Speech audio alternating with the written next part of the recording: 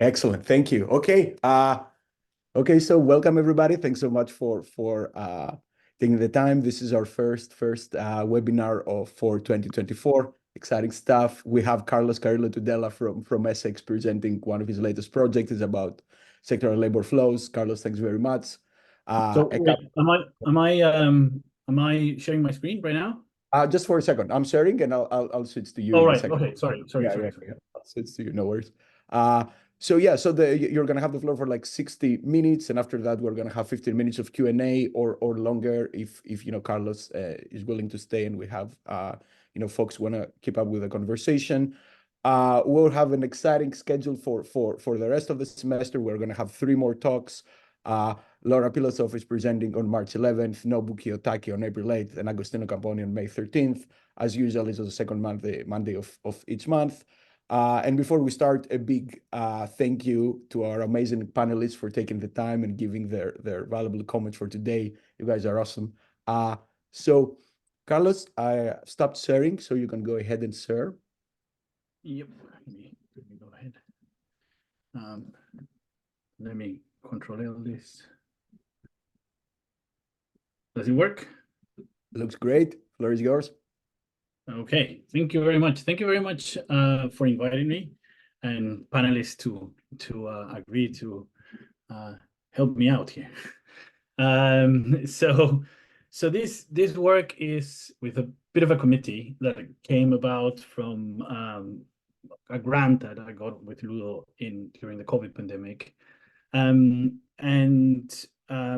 It is very much work in progress, and I think what we're really looking at is trying to make sense of all that body of work that we've done and the better way to present it. But here's a go at it. So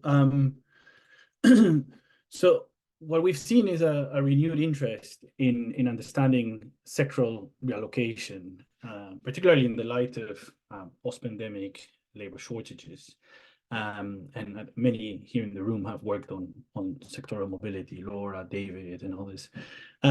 So I'm going to use data for the UK, but just to show at least the UK picture is relative to trend. What we've seen after the pandemic pretty much was a humongous rise in vacancies. This is, by the way, vacancies obtained from the ONS, which is Office of National Statistics. So these are basically a survey that is very representative. So this is a vacancy stock just shooting up, while at the same time unemployment was coming down, but coming down not very much, while employment and inactivity was barely coming up again. And what we observe as well is that there is a trending down of gross industry mobility here, conditional employer mobility, that has obviously gone even faster during recessions, but the recession, the last COVID recession, you want to call it like that, actually also hit quite hard the UK, and there's very little recovery.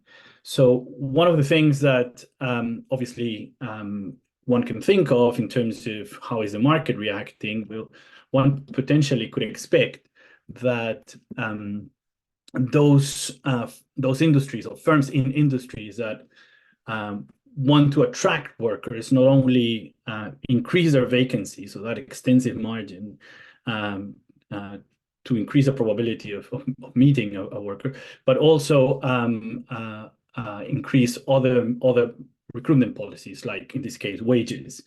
And here in this graph, in the first graph, what I'm plotting is the change in vacancies as from 2019 to 2022 on the horizontal axis, and the change in nominal wages by industry. The size of the industry is depicted by the size of the circle.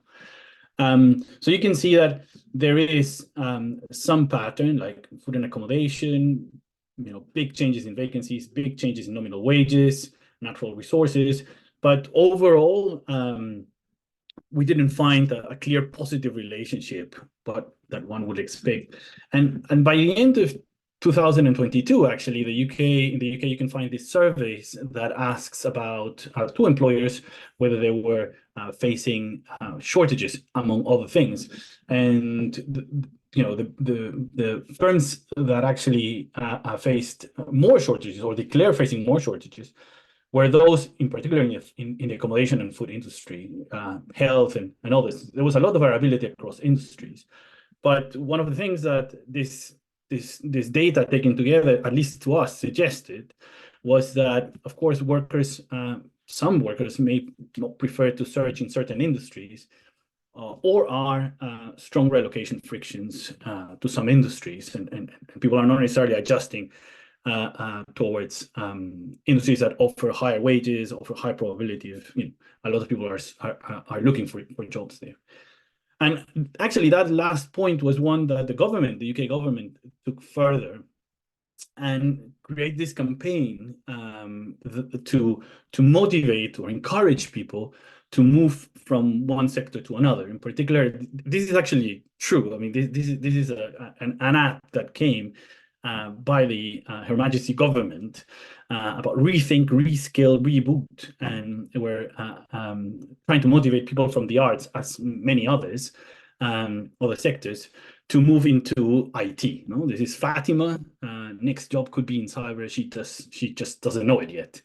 And for that, they created policies that tried to help people relocate. Although these policies were actually retraining policies were very meager, they were to some extent complemented by policies that will force individuals to move from one sector to another by cutting unemployment benefits. So people start taking the pun and created this type of graphs in which there was another people from the arts, right, who next job could be in an Amazon warehouse. He just doesn't know it yet.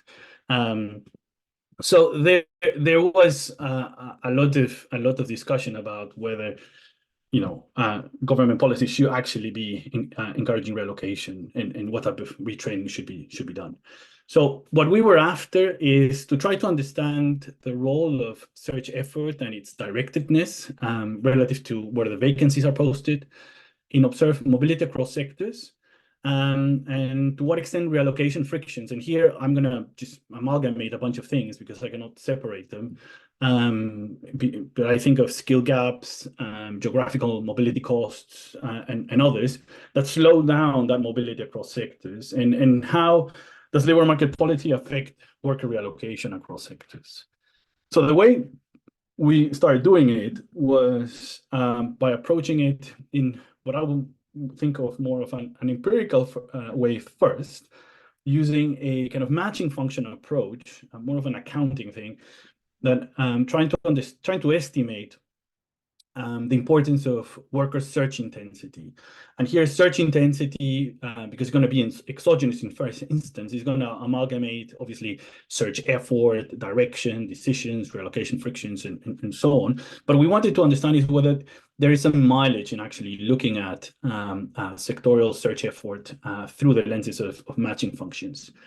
And then we thought that actually there was, and then to decompose that search intensity into, the important parts that we wanted to look at, like search effort and its direction decisions, acceptance decisions, relocation frictions, we built a search and matching model with an endogenous sectoral mobility to try to help us understand that and to use it to evaluate a particular policy that we thought is coming up in the UK, but there is evidence which we need to actually do a little bit more, but it's an increase on the minimum wage and how minimum wages can impact sectoral relocation and potentially talk a little bit towards this labor shortages idea. So I'm going to skip. Yeah, go ahead. Sorry. So I can ask a question. You had this thing that looked like the wage is not really allocative, where you had this flat line. But why aren't you looking at something that's a bit more demand and supply, as in like tightness on the horizontal axis? I think we did that, Gregor, as well. And we had we definitely had a little bit of more action, but But this was just to motivate that there was potentially other things other than the wage that could potentially lead to workers deciding to change sectors or not. But rather than, wages might be adjusting indeed. It's just that there are other things as well. Yeah, so but I'm with you. I mean, we can use it with tightness and others to make the point stronger. That's a good suggestion to start with.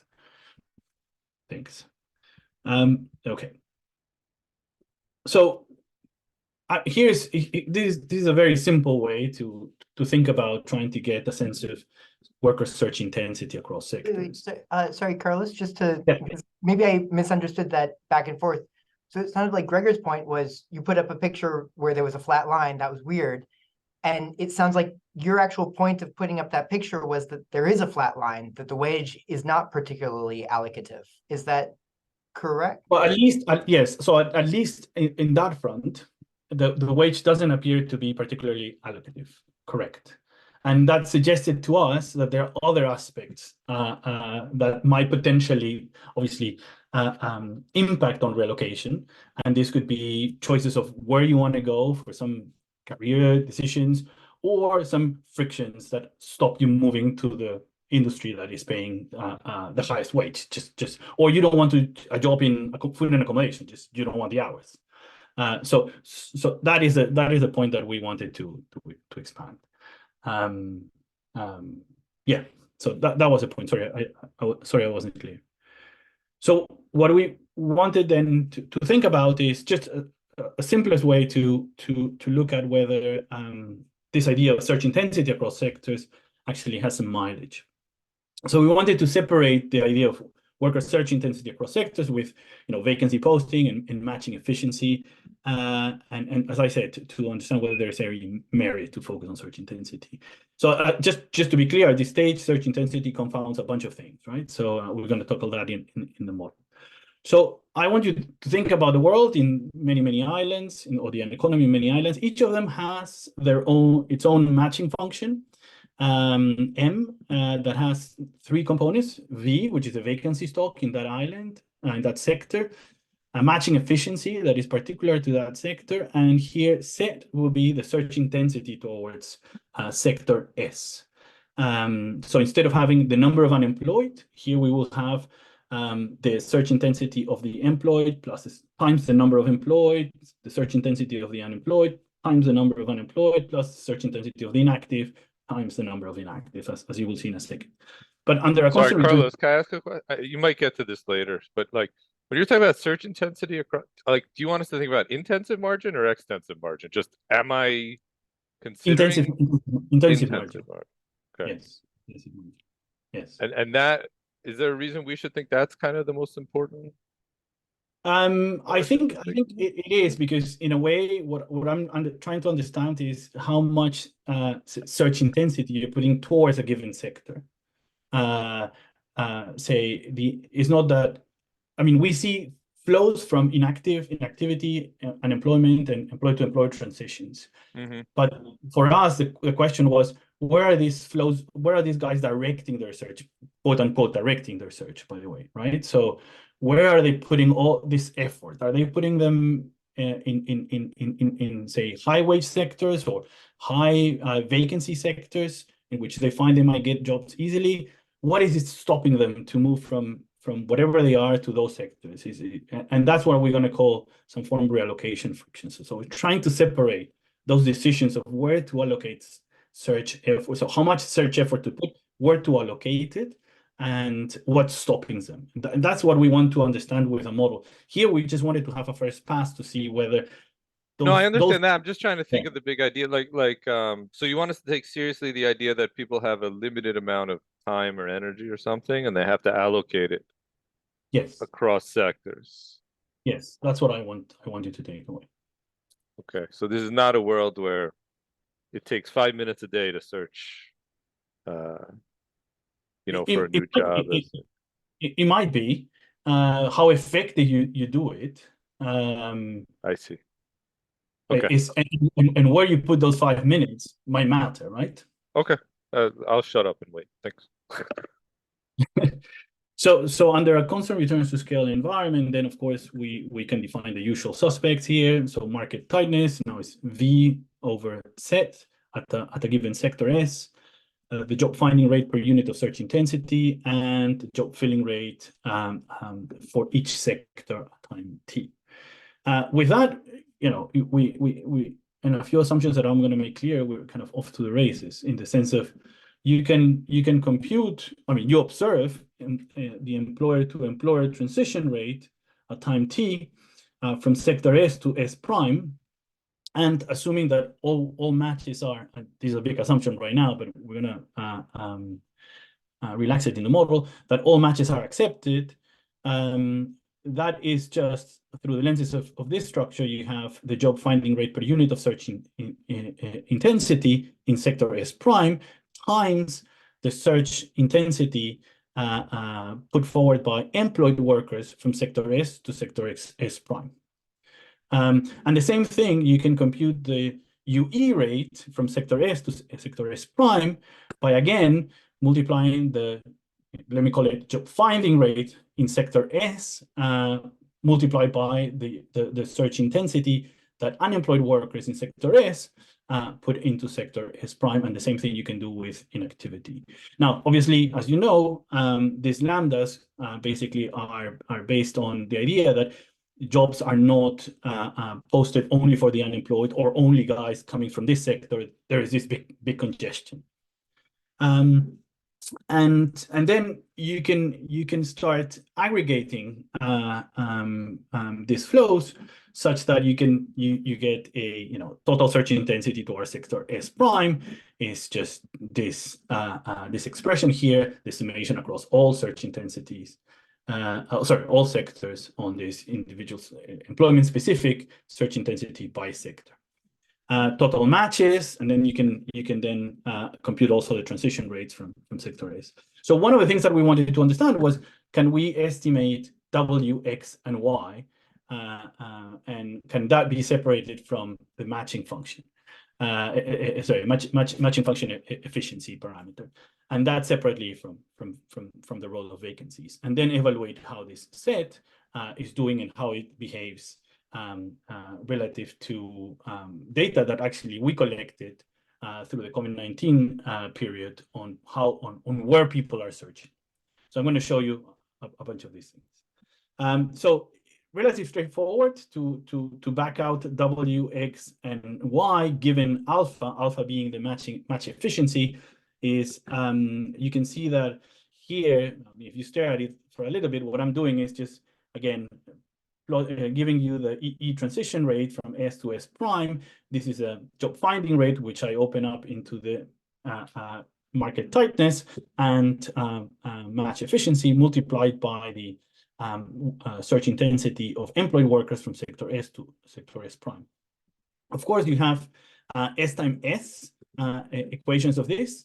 And for each employment status, you have obviously the remainder. So for a given alphas, and obviously you have data on V's, E's, U's, and I's, then you can back out exactly the W's, the X's, and the Y's, right? So that's straightforward. The thing is how to identify I need another set of equations to get that alpha. And the way here. Can I ask one question first? So yeah, sure. The assumption here is that lambda only has an S on it, not S prime, right? So like any flows that you see from S to S prime, you're going to weight it all on search effort rather than like correct. Yes. The fact that maybe it's harder for those people to find jobs in the sector, right? So what I'm trying to figure out here in this W, X, and Y is that perhaps from the point of view, so that is gonna those search intensities are gonna capture right now this idea that for some certain sectors it's gonna be very hard to get a job in S prime, and I'm gonna decompose this W, X, and Y's later in the paper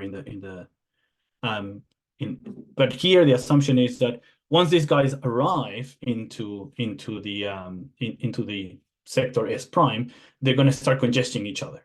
Now, to what extent they congest each other, well, that will depend on the W's and the X's and the Y's.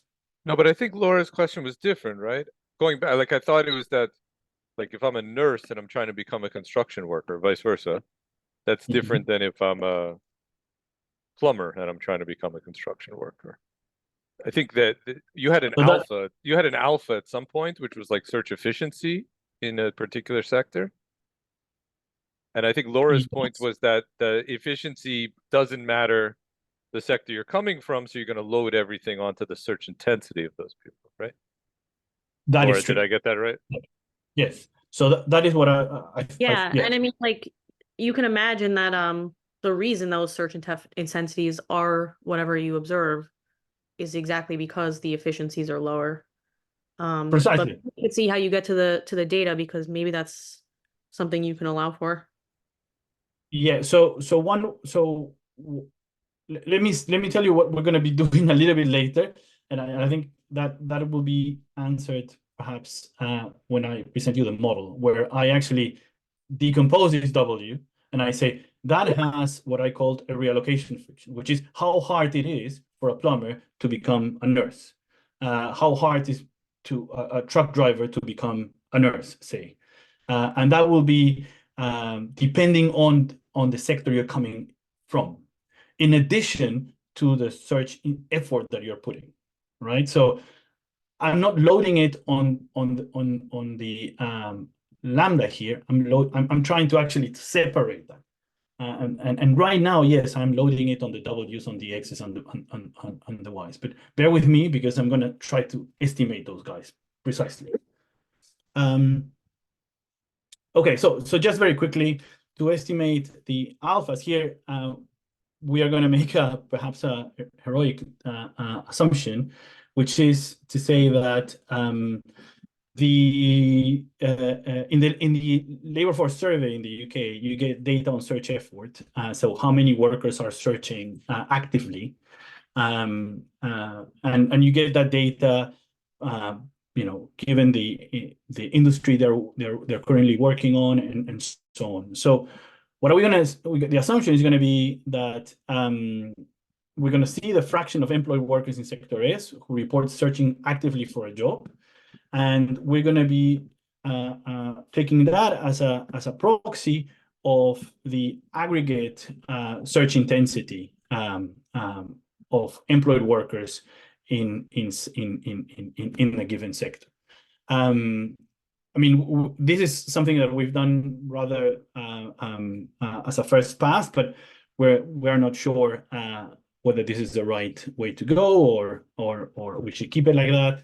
But fundamentally, what we're saying is the variation in sector in W's across sectors and potentially over time is very much approximated by the variation in the fraction of employed workers in sector S who report searching, and in a given point in time across sectors and over time as well. So with that, with data with that, you get to back out the alphas embedded into the matching function. So data sources, very quickly, this is just going to be UK LFS using the ONS vacancy survey, some Cobb-Douglas function, and some OLS estimation in between, in the whole loop, to estimate the elasticity. So again, sorry, I'm confused over what you just said with the measuring the alphas directly. Can you repeat that? You're measuring this with yeah. search? So obviously here, but it sounds like, sorry, so it sounds like you're talking about separately identifying match efficiency and search effort. Yeah. And now you just said you actually measuring match efficiency, which is this alpha, by looking at search effort in the data. No. Sorry, that's not what I said. Sorry, Gregor. What I meant is, if under the assumption that the fraction of employed workers in sector S reporting to search actively for a job, and we take the variation of this number EFT across S and across T, this could be a way to determine, and in this case, very clear, the strong assumption is that that is equal to the summation of all. I see. So that's the search effort. I see. Exactly. But then you're still doing extensive margin stuff, going back to Ben's question, instead of intensive margin, right? This is so that is one of the issues that we faced in the sense of getting into the data, because this is you're actively searching or not, going back to Ben in terms of the extensive margin.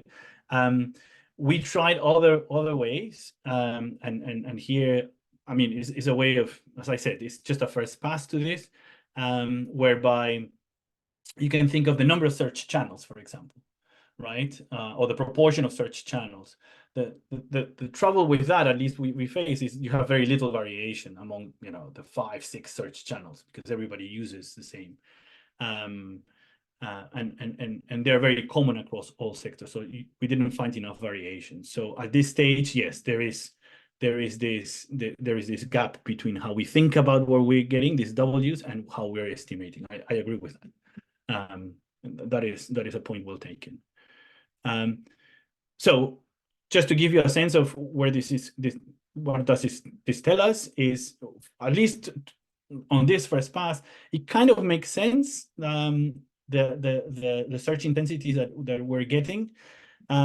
So here I'm dividing. So I'm doing it for 1-digit industries. So this top square is declining industries from the point of view of growth below the employment growth trends from 2002. In these bold industries are the ones that are growing, for giving that measure. So you can see that in this, there are two things that I want you to take away from here. Is most of the search intensity is directed to its own sector. Sure, I mean, that's something that we're reconforted to, but also that most of the search intensity, both from declining industries and expanding industries, is going to expanding industries. I'm sorry, that's what I was wondering. From the previous slide, how do you determine where those employed are searching? What do you mean? Let's say, you said on the previous slide that you have information on those employed that report search, right? How do you know what sectors they are searching in?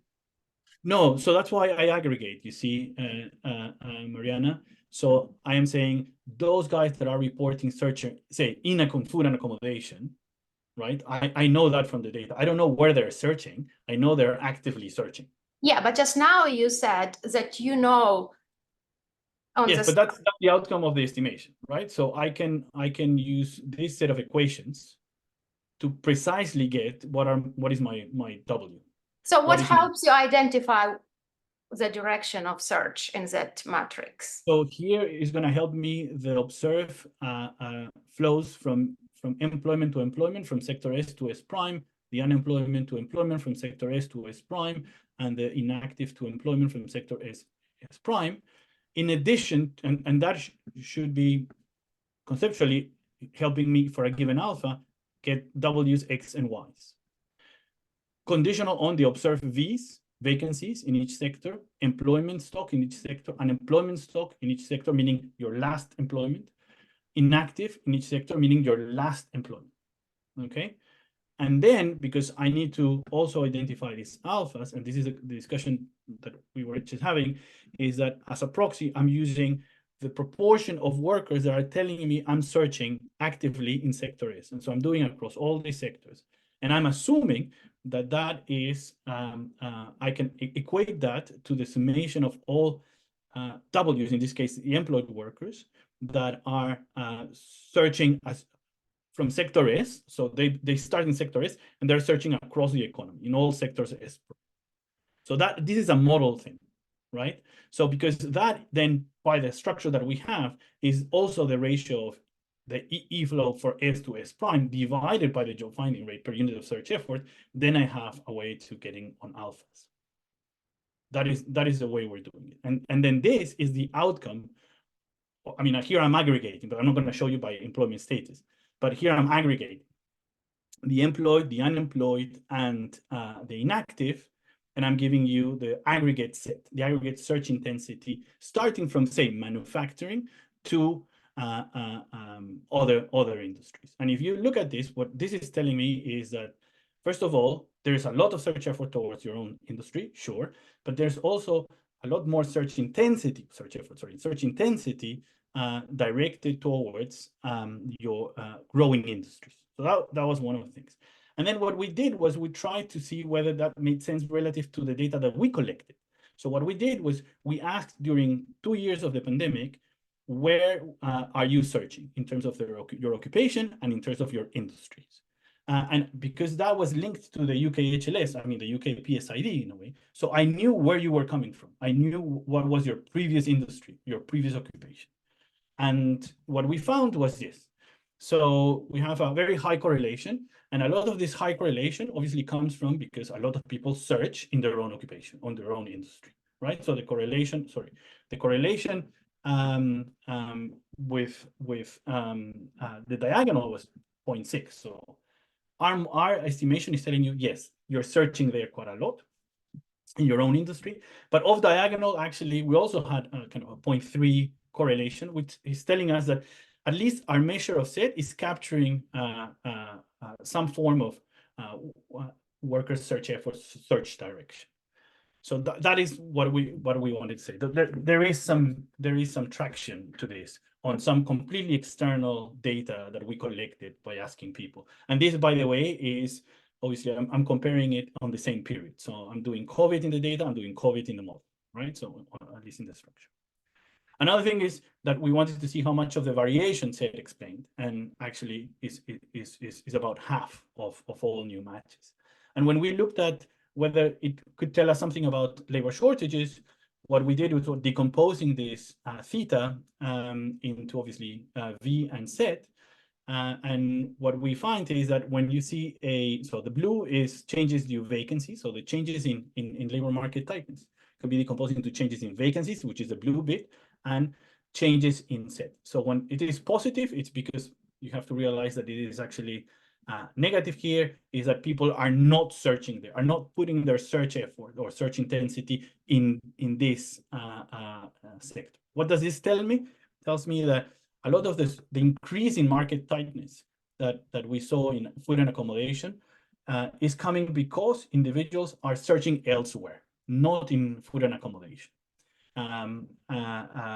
The same thing in manufacturing, the same thing in transport and storage. So there is a sense in which for certain industries, in particular, going back to the introduction, that have increased wages and increased vacancies quite a lot, you see people actually, quote unquote, directing their search elsewhere.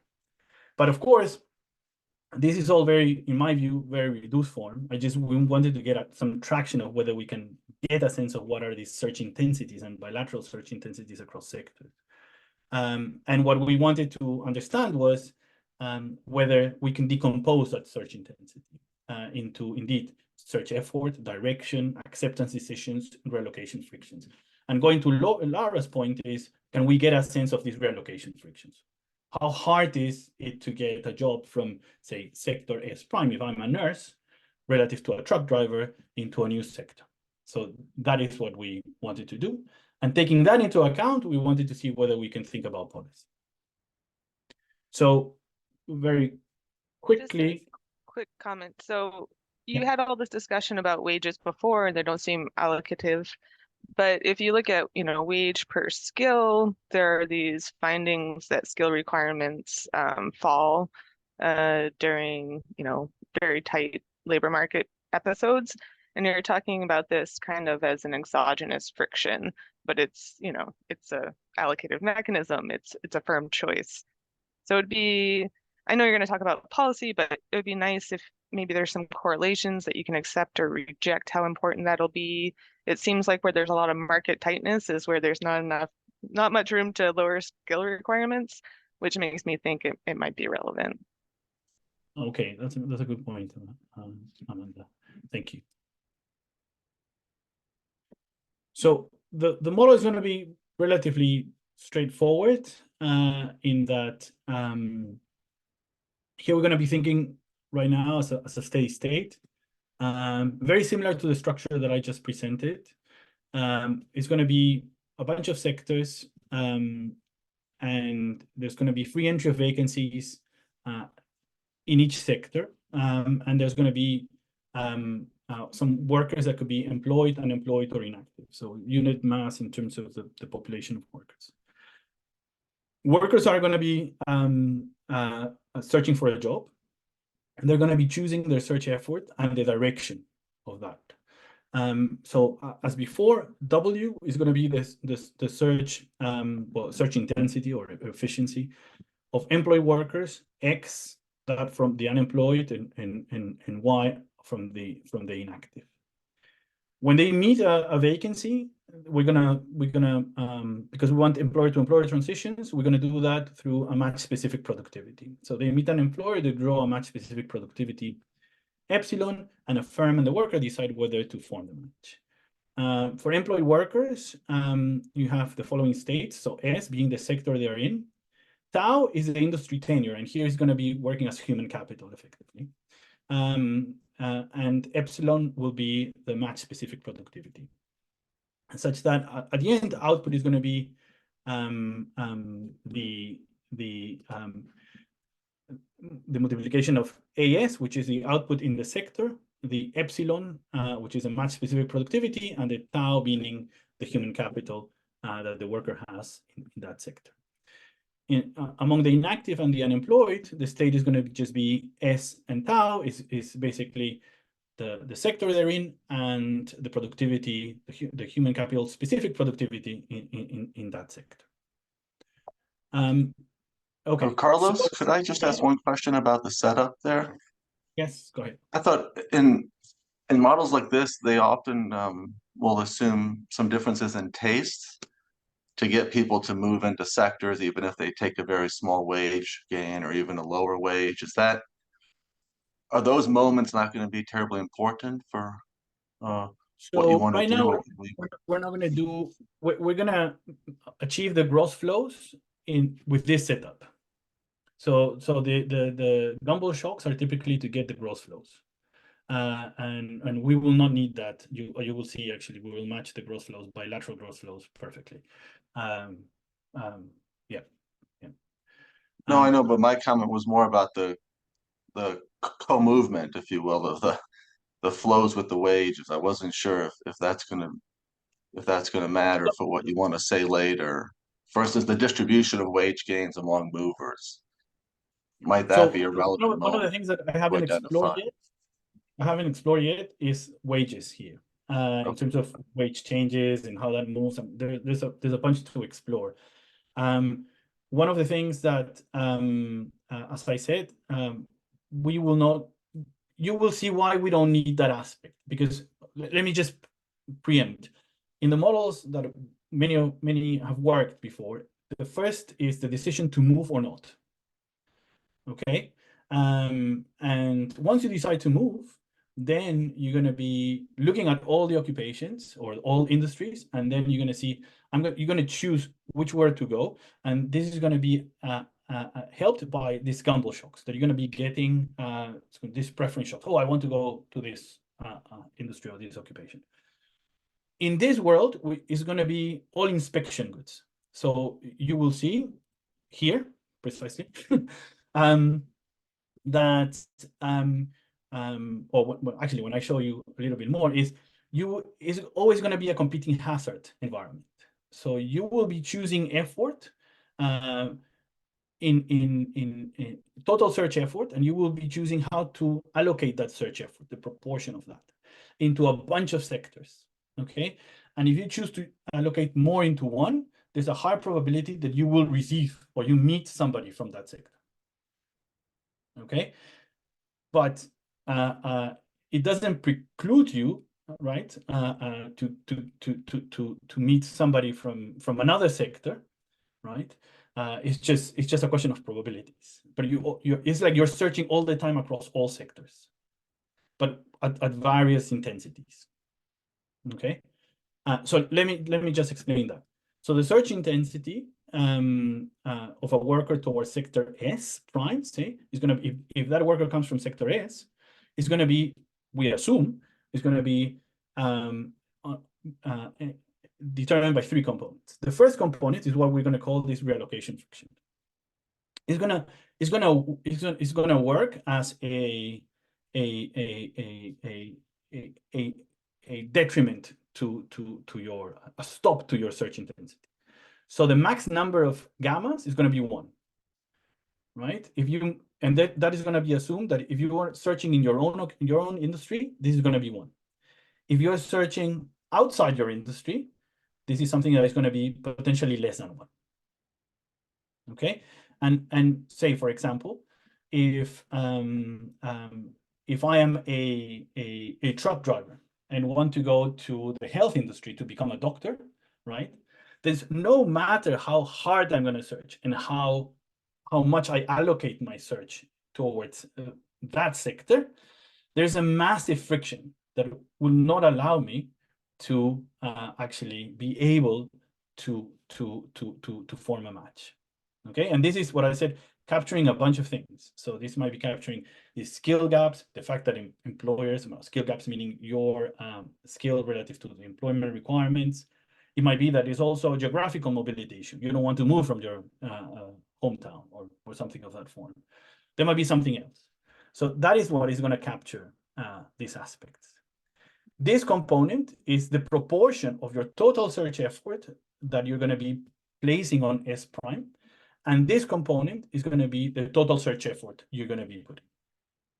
Okay, so we wanted to add the concavity on these 2 objects to, in particularly, eta node, to understand how directed search might be across these sectors, right?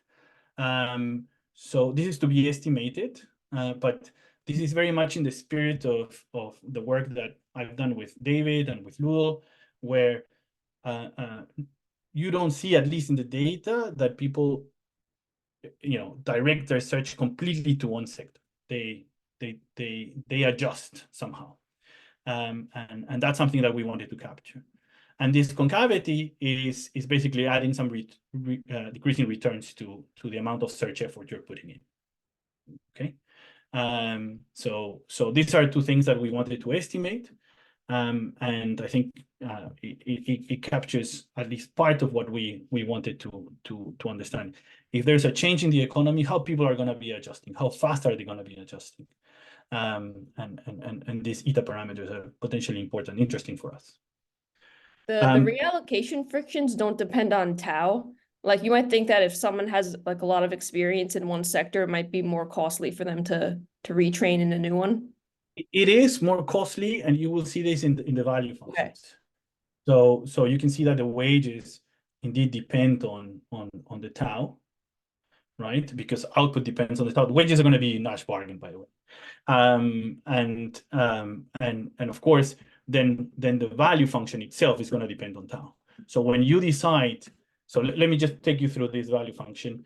So you're going to be choosing your total search effort and the Sorry, direction. Carlos, can I just slow down? I must have missed it. So did I understand, was your answer to Ryan just there's some technological feature, this matching function that makes it optimal? You have an interior solution that you choose at least some small amount to search in every... I'm going to make it like that. But okay. More okay. No, go ahead. But more importantly, Ben, in the models that Ryan was thinking of, you have first this decision of, should I move, should I stay, or should I go? And then once I decide to go, where should I go? So here, you're always potentially going. No, I got you. I was just, I didn't know if you said that already, the assumption you needed yet or not. Okay. Anyhow, so here we have the value function of the employed in sector S with some idiosyncratic productivity epsilon and some tenure value tau. I'm going to choose how hard to search, the search effort, and where direct that search across the remainder of the sectors, including his or her own. This will be the wage that is going to be paid, and this is going to be the cost of exerting that search effort. This shock, alpha tau, is going to be one that effectively increases your human capital, right? From tau to tau plus. So you become more productive. And then, as I said, you are always searching across all sectors. And what is the probability of meeting a firm in one of the sectors? Well, it's a job finding probability per unit of search effort. What is search effort now? It is then scaled by your reallocation friction, right? That depends on employment status and depends on the sector you're coming in.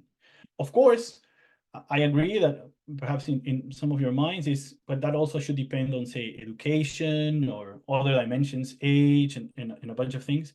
The age somehow is captured by this now, responding to Victoria, but yeah, so we didn't do much more in terms of that, and I agree that potentially you can do it. This will be the search direction to which you're putting in. So if you put a lot of your search effort towards S prime, that's going to increase the probability of meeting somebody. Remember that it's max, the value of gamma is 1, so this typically will be lower than 1. And this is the total search effort that you put. So you can increase the search effort, and that also increases the probability of meeting. And once you meet, you draw your epsilon, and you choose whether to accept that or to stay with your current employer. And there will be shocks to unemployment, and there will be shocks to inactivity. That's how it works. And there is something that we have included in these value functions, which is at this stage what we needed is some godfather shocks that take you involuntarily from one industry to another. So there's going to be some involuntary reallocation, a bit like Rob Scheimer's mismatch paper. And you can do the same thing for the unemployed. So here the unemployed is going to receive some B, some decide on the search effort and the direction of that.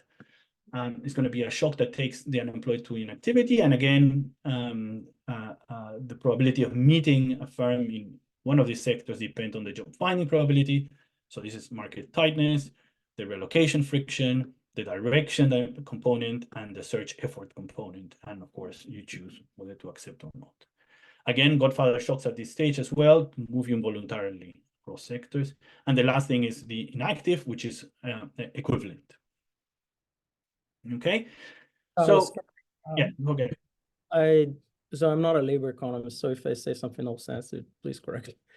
But like I would think that for this sectoral decisions, like expectations on future market, the future of dynamics of the sector matters a lot. So I'm thinking like even if you have the same gamma, but I could decide to search in a very low wage market today just because I expect the wage to grow very fast. And you might have like, I don't know, maybe hotels and services were very tight and good wage today, but that's a sector that I'm expecting to stagnate. And just because of the search friction, and I know it will be hard to go to the hot market today and go back tomorrow, I might decide to get the low wage today and stay in the sector that's gonna grow fast. So there is nothing in the model that would capture that, right? Like your cell, like no. So at this stage, Bruno, this is a steady state model right now. It's steady state, so it's nothing is going to change in terms of future growth or things like that. I think the next step is to indeed think about. I mean, right now you can do what MIT shocks or things like that, but not the type of analysis you have in mind, unfortunately. Yeah, because I think because we're afraid like we'll kind of end up everything looks like the frictions, your gamma, right? Like would end up there if I'm staying in a sector just because I expect it to grow very fast, and it would end up looking like a friction that I'm decide not to search in the other market, right? Like, yeah. So I agree that there's a lot to unpack in these gammas, in principle, and that I mean we started thinking about how can we unpack them, but it's quite difficult without really making these extra assumptions that what really drives gamma. Is it geographical mobility? Is it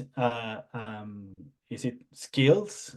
To what extent there is skills involved there? I mean, we are trying to do something with occupations and look at distances across tasks to see whether estimates of gamma can correlate with that. But there are still other things, right? So preferences or other things. So yeah, so to be honest, right now I'm a bit uncomfortable to try to unpack gamma, other than just correlated perhaps to measures of skill. But yes, and then obviously next step, perhaps thinking about how you do this an aggregate uncertainty model, which obviously is, I mean, potentially doable, computationally a nightmare, but yeah. So unfortunately, a model cannot answer your question. Carlos, you have 15 more minutes for. Yeah, sure. I mean, this is the setup. Sorry, can I just ask a question? Yeah, go ahead. Sorry. So earlier you said the model is able to match the gross flows as well as the net flows. Is that right? Let me get to that. Yep. Yeah. So is this the Godfather shocks? Do you need those to get this rather than the typical gumball draws that you were talking about? Not so. The Godfather shocks actually right now. So we're in. I think the last time you saw this paper, I'm now really thinking about the identification. So, so the Godfather shocks here are to some extent working like are not let me put it this way. So the reallocation shock, the reallocation frictions are somehow confounded with these Godfather shocks in some funny way. You will see later. So let me explain when I get there. But for most cases, you don't need the Godfather shock to explain the flows. Okay, so this is just to say that this structure, as we've shown, has a very nice closed form solution in terms of total search effort and search direction. And as I said, this is just similar to, I mean, in the spirit of what David, Ludo, and I have done in the past. But what is the name of the game for us right now was to decompose these things. So how much is the tightness through the job finding per unit of search efficiency, the reallocation friction, and the search effort and direction multiplied by obviously the acceptance probability. That in the model determines the unemployment to employment transition for a given tau, aggregate across taus, and then you have the equivalent in the data that we estimate that we used in the first part of the paper. The same thing you can do for inactivity to employment and from employment to employment. So you can have this nice decomposition on these three things that we were after. Just to close the model very quickly, you have obviously the firm side. The firm side here is described by the value of a field match in a given sector with a worker of productivity epsilon and tenure tau. So this is PS is going to be the price of the good produced in that sector. Let me explain why we think we need that. A will be the productivity of that sector, epsilon obviously the match specific productivity, and tau the human capital, minus the wage and the shocks that I've discussed in the past, and the endogenous quitting probability.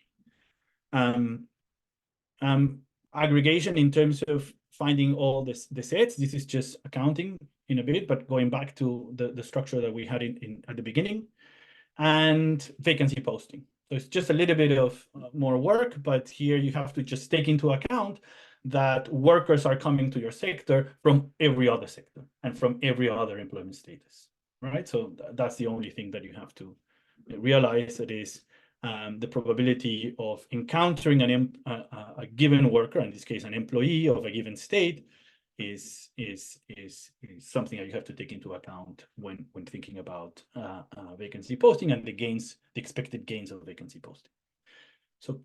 So we're going to be using Nash bargaining. So that obviously has the problem of what to do with the employed workers, and here we're going to be just assuming that employed workers outside option is unemployment, and of course that's not ideal, but for the sake of this setup, we're gonna do that. And when we put a minimum wage, obviously that is going to work in terms of the usual. Sorry, if it binds, that is the wage that we're going to be the firms are going to be posting. one of the things that we wanted to do with spillovers across minimum wages is that when we have minimum wage introductions, potentially this could shut sectors. And the way to compensate the economy is to say, well, if minimum wages are potentially high, that of course decreases vacancy creation, right? That decreases employment. By decreasing employment, you effectively are increasing the price of the good in that sector, and that in itself feeds into the profit of the firm, so that incentivizes to enter. So you have these two forces counterbalancing each other to some extent. So this is also one way that we thought could be interesting to explore what happens when you introduce minimum wages that affect different sectors differently, and what are the spillovers across all these sectors, taking those into account. And this is just doing a simple, Dixit-Stiglitz type of aggregation. So, okay. So the calibration is, as I was telling Jake, sorry, it's very much in progress. The idea was to use data from, again, LFS, vacancy data, transition data, stock data, and some wage data to get at this. We're going to also be using kind of minimum wage, at least the minimum wage pre-COVID, 2017. That is, at that stage, was 60% of the median wage of the economy. So there's a bunch of parameters. Let me not bore you with all these things. I mean, a bunch of things are fixed, a bunch of things are estimated, but I think what at least the model right now is able to do is to target it, fit quite well the employment stocks, unemployment stocks, and inactivity by sector, the mean wage, the median wage, and to some extent, to a large extent, except perhaps accommodation and food, the fraction of workers at the minimum wage, and as well the EE transition rates from workers from sector S to the economy, and the UE transition rates from sector S to the economy, and the same thing for the inactivity. In terms of wage distributions, here I'm plotting just the CDFs. Remember, we're targeting the mean and the median, and the proportion of guys in the minimum wage. So the model seems to be doing quite well in certain industries by, I mean, here's the getting from the lowest to the 75th percentile.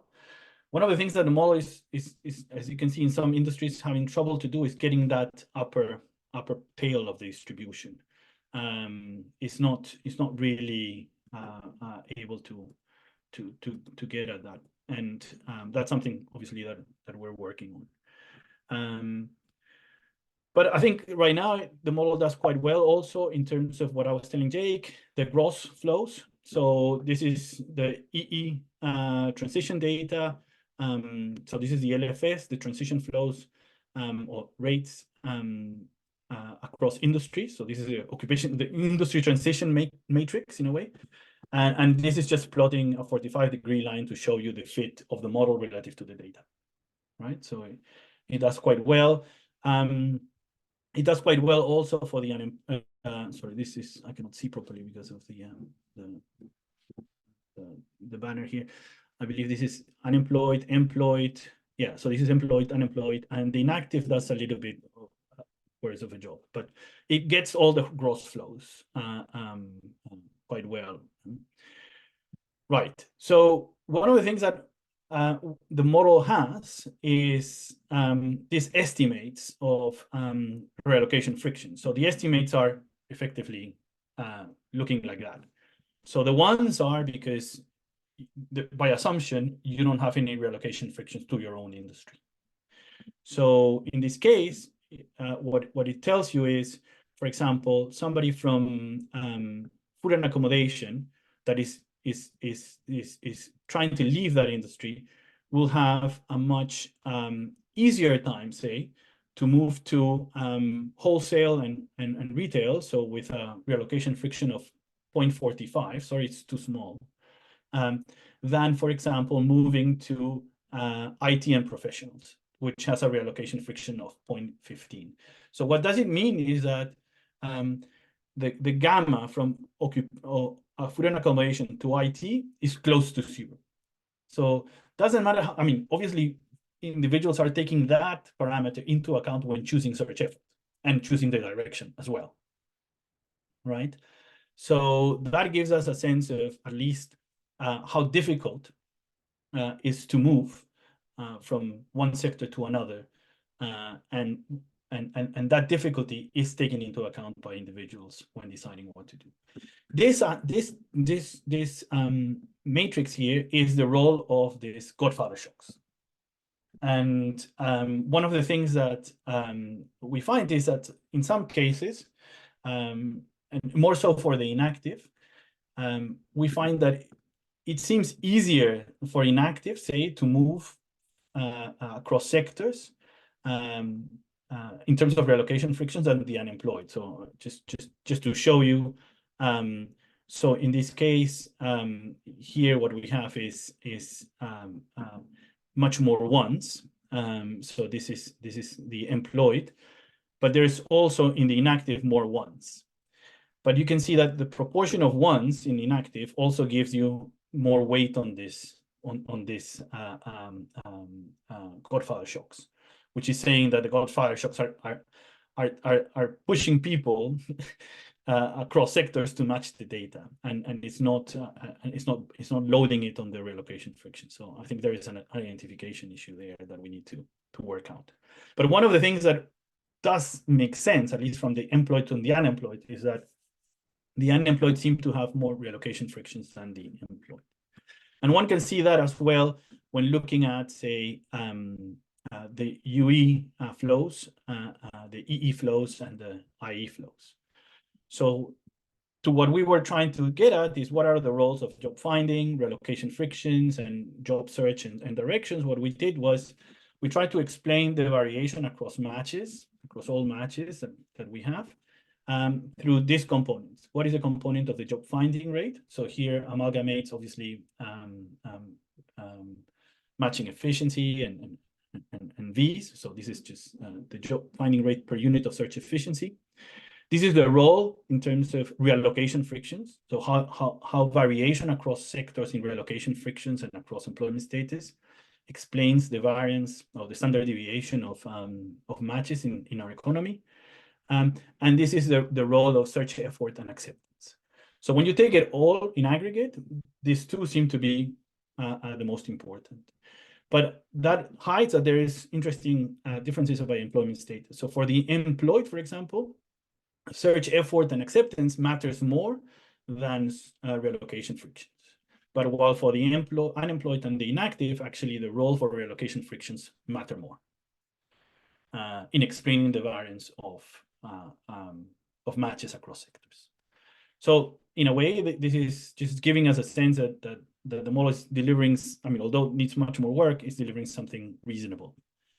And in terms of the implications, and with this I finish, is also realizing that different sectors are affected differently by the minimum wage because they have more workers at risk of the minimum wage. So in this case, I'm just giving you a picture of the distribution of workers at the minimum wage by industry in 2017. So you can see a lot of them are in food and accommodation, and then progressively goes down to IT, there's hardly any. So there's a lot of moving parts. Of course, an increase in minimum wage has a direct effect that workers shift their search effort toward the sector in which you've increased the minimum wage, so has more punch in the minimum wage. So here, the exercise is how I see it. Is there's an increase in some aggregate, in this case, the minimum wage, and that affects different sectors differently, so with different loadings, and these loadings are going to be effectively what is the proportion of workers that are at the minimum wage. Okay, so that's going to be the loadings. And remember that the model matches that. So obviously, when you increase and sector S prime becomes relatively more interesting than sector S, then workers shift their search effort towards sector S prime and increase total search effort. The indirect effect is that not only this worker is doing that, but many other workers are doing the same thing potentially and are crowding out each other in that sector, right? And then what you have is from the firm side, there's of course the direct effect, which is an increasing wage, decreases vacancy creation for obvious reasons, But the indirect effect is that more people are searching in that sector potentially, so their job filling rate in a way, or the meeting rate, increases for them. And of course, and between sectors, if a minimum wage increases, leads workers to reallocate from one sector to another, then of course productivity and wages balance out as well, and potentially muting the reallocation effect. So the model captures all this, and what we did was to increase the minimum wage as typically it's done in the UK. So it's about 66%.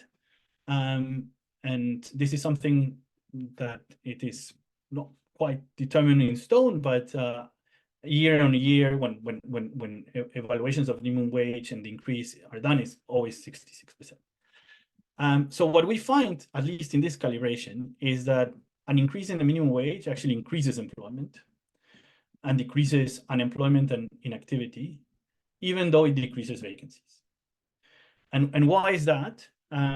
Because as you will see, there's quite a lot of reallocation effects to the industries that are more that are actually gaining more from the minimum wage.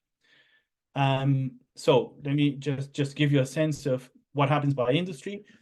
Pretty much a lot of this calibration is loading it into food and accommodation, which is the sector that has the big change in employment after the minimum wage. Not all of them obviously gain in employment. So for example, other services or IT professionals, education, they lose employment. But this one, food and accommodation, actually gains employment. So why?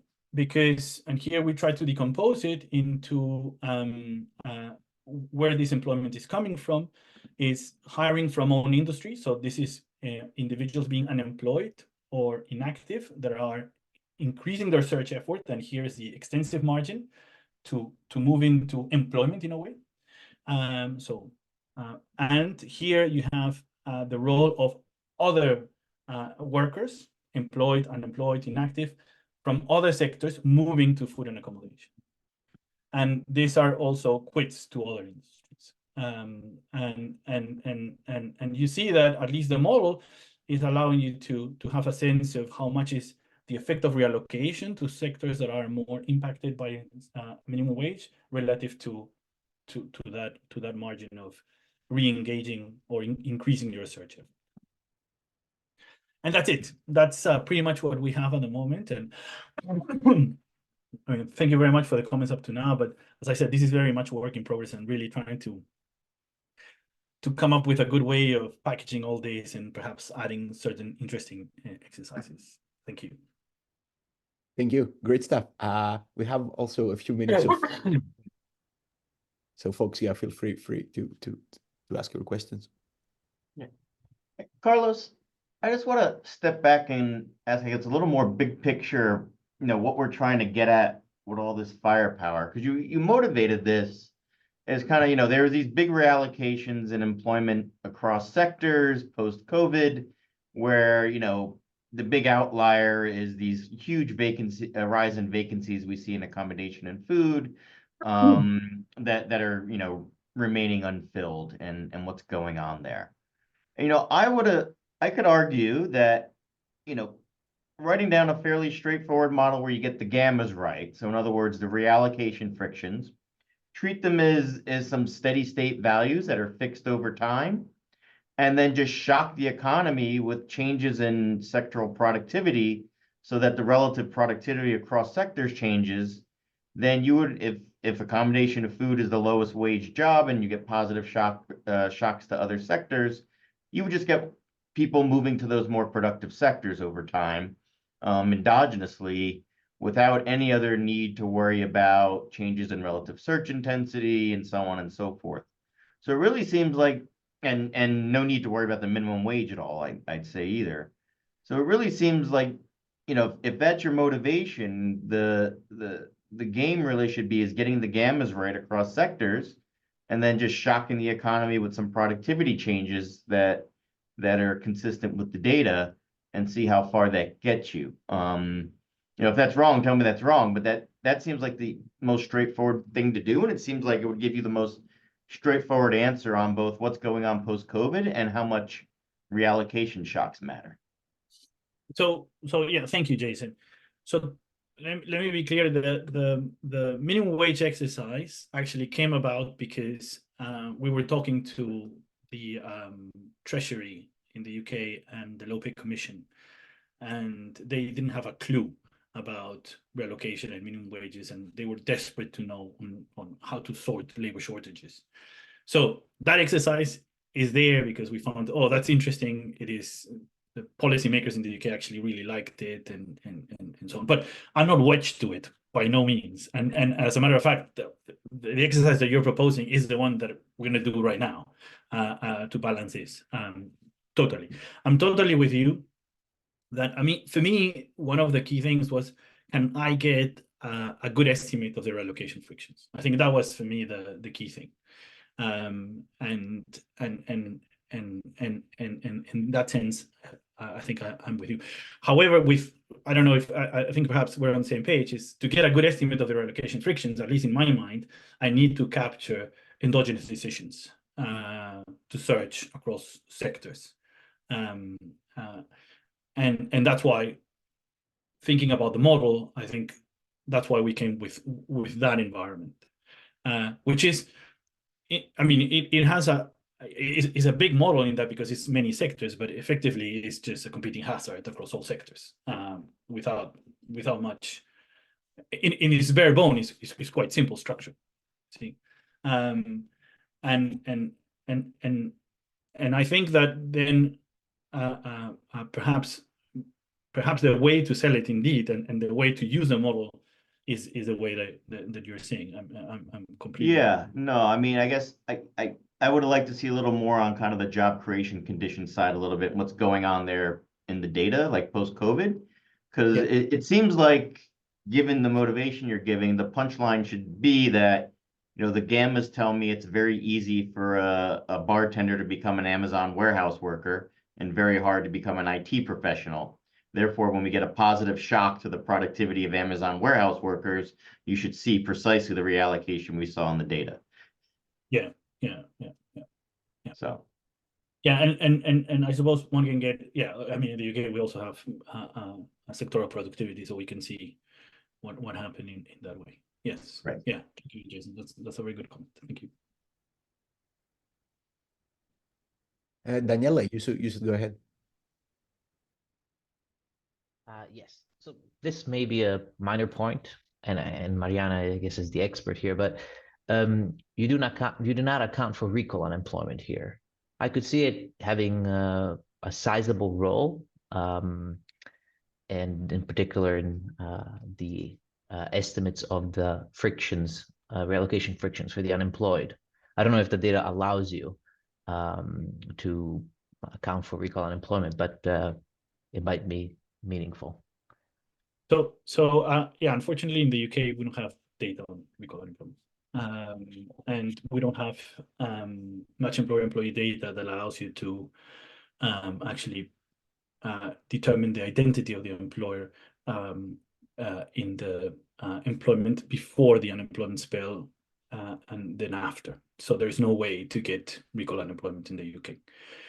To the extent that it is as massive as it's in the US, I am not so sure. Actually, I think there is recall unemployment in the UK because perhaps it's a nature of certain industries like construction, agriculture. But I don't think there is as the use of temporary layoffs in the UK is as a concept, it doesn't exist. Just to give you an example, it doesn't mean that doesn't exist, that people don't use it. But so as an example, just in COVID pandemic, I think my understanding was in the US, a lot was in temporary layoffs because it was an easy way to drop people, not pay them, but keep them engaged with the job, right? To avoid that surge cost. In the UK, it was furlough.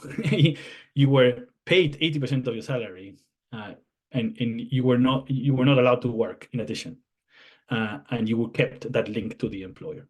So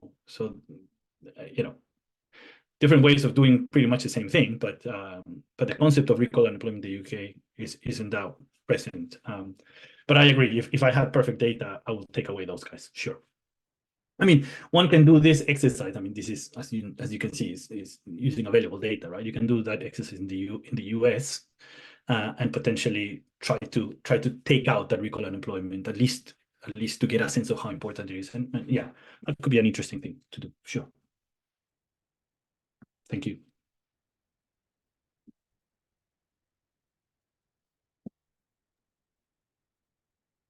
Oh, Carlos, could I just ask one question about the calibration table that you didn't have time to touch on it, but I thought given the way I'm a bit embarrassed about it, sorry. Oh, it's just given the way you motivated it with the first figure, Yeah. I thought the way you were going to identify ADA was use information on relative wages across sectors and mobility across sectors, and that's going to tie down how elastic search efficiencies are. And now you Yeah. I don't know. I mean, is that where you want to go? Is that the right way to view it through the lens of the model? So one of the things that we wanted, so there are two ways. One is to look at flows, but another way is to see what, and this goes back a little bit to discussion I had with Jason, is episodes of minimum wage that you have changes, or past episodes of changes in productivity. Because to estimate ETAs, you need those changes, right? So that you have to see how people are reacting to changes in differential productivities and so on. Right now, to be honest, as I said, this is super basic. I mean, this is just like, let's look at this and see whether we have any traction.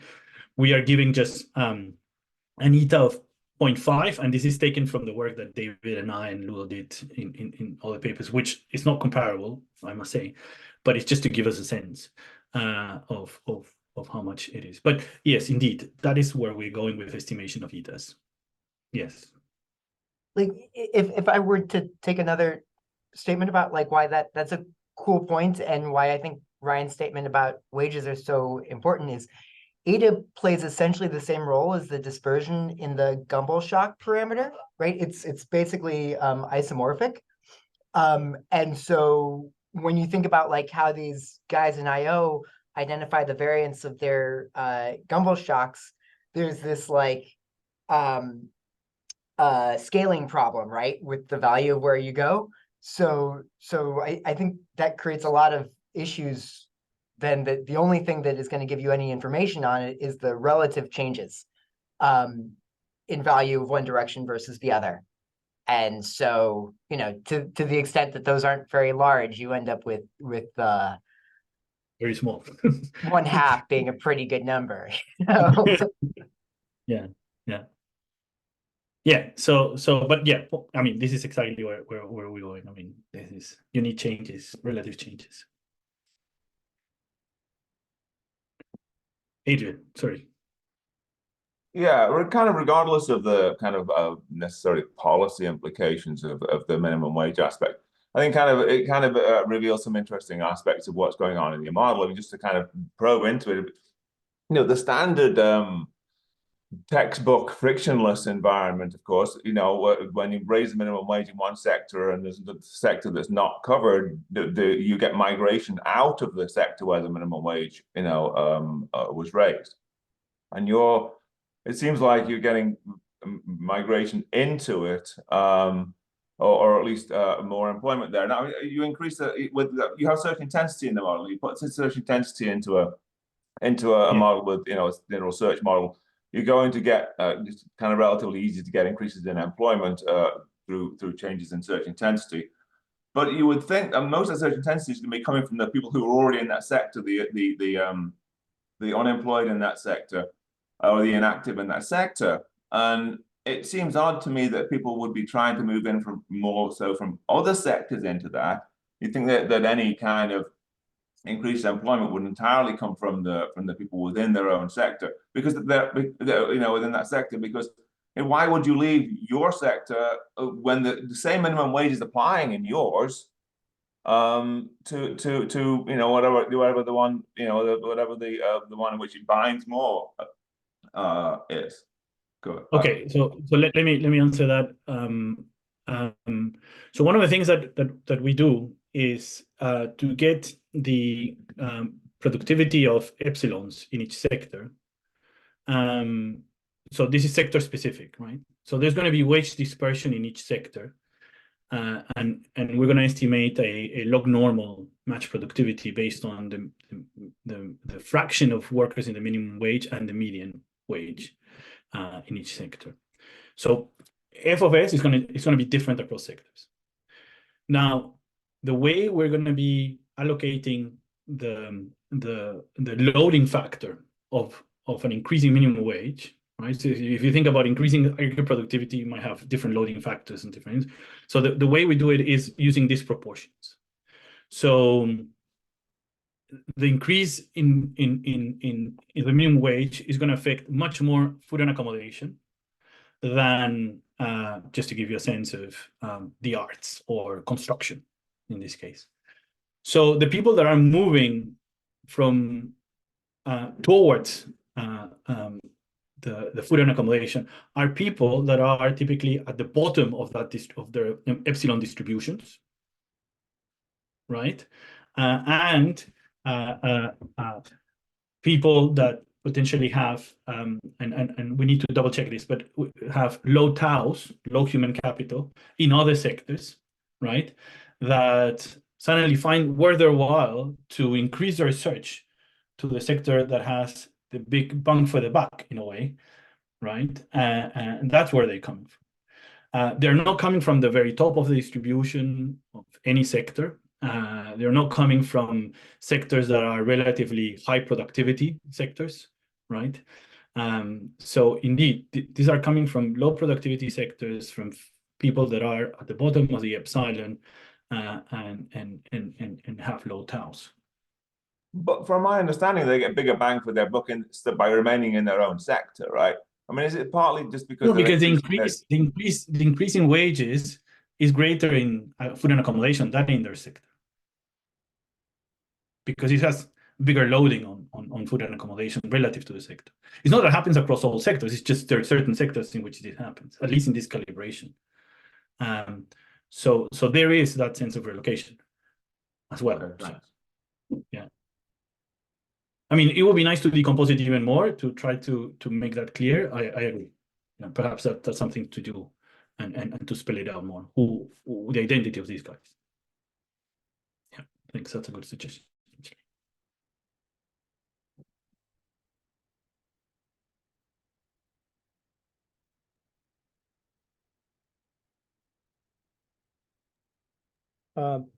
So I have a question.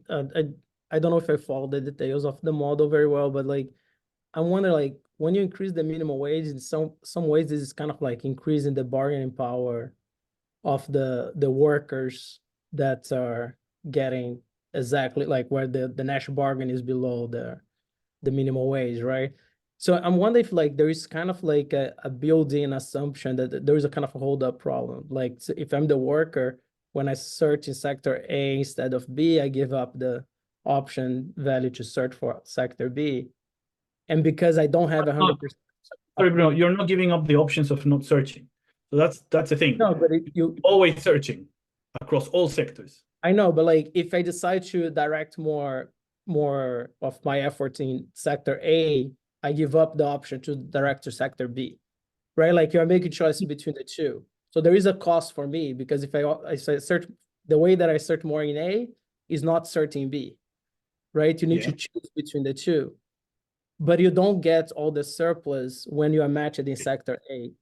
So in some way, I'm just kind of as I said, I didn't follow all the details of the model, but if there is an implicit like theorem here that the maximal welfare is achieved with 100% bargaining power to the workers, and then if that's true, there is a kind of implicit thing that says that if you increase the minimum wage, somehow the welfare will improve. So it's kind of like almost right, like is there any chance that doing this policy is not going to help given this trade? I don't know, because as you said, it's not like a pecuniary cost in the typical hold-up problem. So I don't know if that's true, but like I'm just afraid like there is some mechanical thing here that's saying that the allocation must be wrong because I'm not giving the bargaining power to the workers. And that's something that improves the bargaining power will always improve the allocation. I mean, in principle, one can do that exercise and just give all the bargaining power to the worker and see the distribution of search effort across all these sectors relative to, say, the estimated bargaining power and setup, and see how different they are. Now, of course, if you have all the bargaining power, typically minimum wages will not bind, so minimum wage will be a stupid policy. Yeah. No, but I wonder if that's if in the model that's actually the efficient thing. Like my concern is like you are doing this policy exercise. And if there is something implicit that the allocation that increase minimum wage always improve the allocation because how the model works. Yeah, I mean, remember that also in this model you have this congestion going on, right? So so it's not obvious to me. Yeah, but to me, yeah, that's It's not. I mean, it's a good question. I don't know the answer because there's the congestion effect. So you need to get the bargaining power correct to get the right elasticity of the matching function. Now here we're imposing the same elasticity to all matching functions. So in that sense, it's okay. But the bargaining powers that we're choosing, I forget if these are sector specific or not. But yes, so I'll take that. I believe that right now we're just putting 0.5 to everybody just to get some action. But it's indeed, yes, it's all one. So this psi, the matching elasticity. Yeah. So yeah, it's just to ever. Yeah, I understand that. Yeah, I understand that point. Thanks. I have a. So I mean, maybe I guess you devoted time and I missed it. I think when people were asking about identification and the data part, they were looking for a statement, something like, we normalize these, or we fix this part, or somehow. I think there may be a way to make your argument a bit sharper. I thought in the beginning you're comparing with everybody in this, search intensity is identified of comparing people of the same sector, something like that. Is there an obvious? So one of the things that I wanted to do, and perhaps this is confusing, and this is helpful for me. So what I wanted is to, before going through this model and what we wanted to do, what I just wanted to understand, and perhaps this was for me itself, and is there any action coming from SET, if you take seriously this search intensity across sectors, other than match formation because of vacancies and loading everything on matching efficiency, which was actually a lot of the discussion, right? Oh, matching efficiency changed, and that's why there's a lot of vacancies up there, and there's a lot of labor shortages, and so we just wanted to understand, is there any, without even looking at unpacking SET, is there any action? And to do that, obviously we made a bunch of assumptions that all matches are accepted, but we also wanted to have a kind of in a way an empirical motivation of this, right? Using data that everybody can get their hands on. Is there the search intensity that you think, is it reasonable? And in particular, I think for us, this picture was the one that convinced us that it was reasonable, which is relative to what we asked in the COVID-19 survey, right? So this is people that we asked, where are you searching? And which industries are you searching? Does that make sense with our estimates of SET that are determined obviously through flows? So that's the identification of that part. And I think there is something, sorry for interrupting, but there is something in how, in that, I don't know, identification restriction that says, if I don't see a lot of flows from one sector to the other, a part of it is because, firms don't want these people. And a part of it is that people are not sending applications there. And there is something correct. And that is what we capture all in one in SET. And at this stage, I cannot separate them. And that's why I think is important, so because it's exactly this, right? It determines worker search, effort direction, job acceptance, relocation frictions, and so there's a gazillion things going on here. And that's why at least the model allows us to say, how much is search effort? I mean, I could do it from the firm side, but it's just I don't have data in the UK, right? You can say how much is actually firm recruitment effort. So here I'm really loading it on alpha. So this is match efficiency, right? The match efficiency parameter. And I'm just here trying to separate the worker side. And that's why we did the model, right? It's just precisely to try to get this.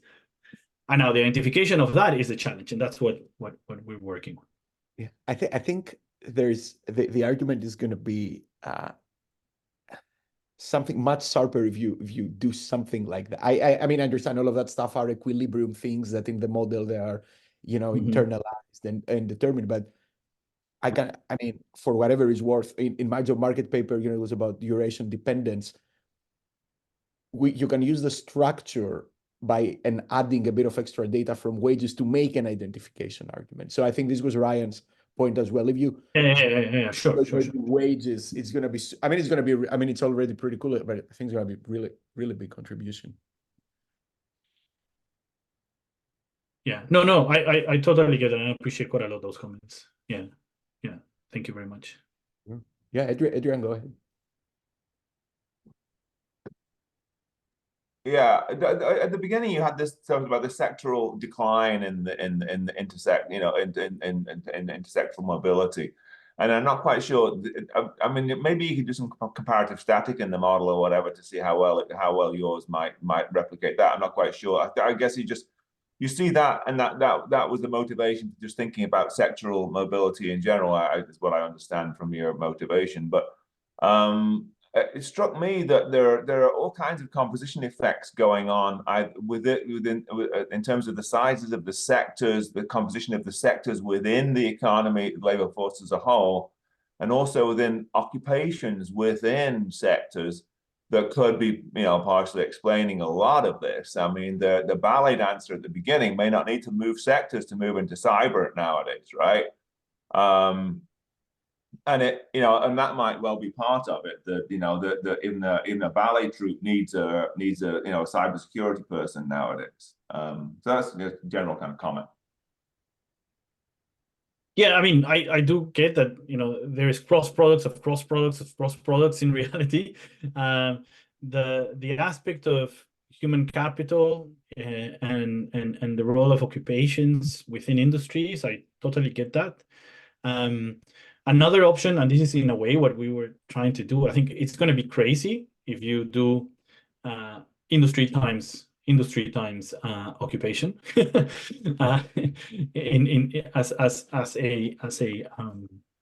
I mean, potentially one could do it. We have data on vacancies by occupation from the equivalent of burning glass in the UK. We have flows by occupation, so one could potentially do it. Perhaps what we were doing at first was to think about how does the same kind of estimation type structure works with occupation, and compare that to some form of and compare the relocation friction parameters, these gammas, relative to the distance of tasks. So you can always think about occupation as task, and you can compare about the distance. So the longer the distance, the higher the friction. So that was one way to think about whether these gammas are capturing indeed what you're saying, Adrian, some kind of relocation or skill components at the level of the occupation that are embedded in this industry. So that's something that I'm interested in understanding a little bit more. I agree, but and I think the fact that we are not unpacking too much or not at all, sorry, gammas generates this. Well, where is this coming from? So, for example, from the government, we have this question about, well, what about geographical mobility, right? How important is that, right? You're not moving because you're older. Your NHS somehow miraculously works in your area. Well, you have to move to another area where the NHS doesn't work, or what about those things? And that's something that we cannot say. Right. Okay. That was just a general, a comment, really. Oh, no, I understand. Okay. Thanks for doing this. No, thank you for the comment. Amazing.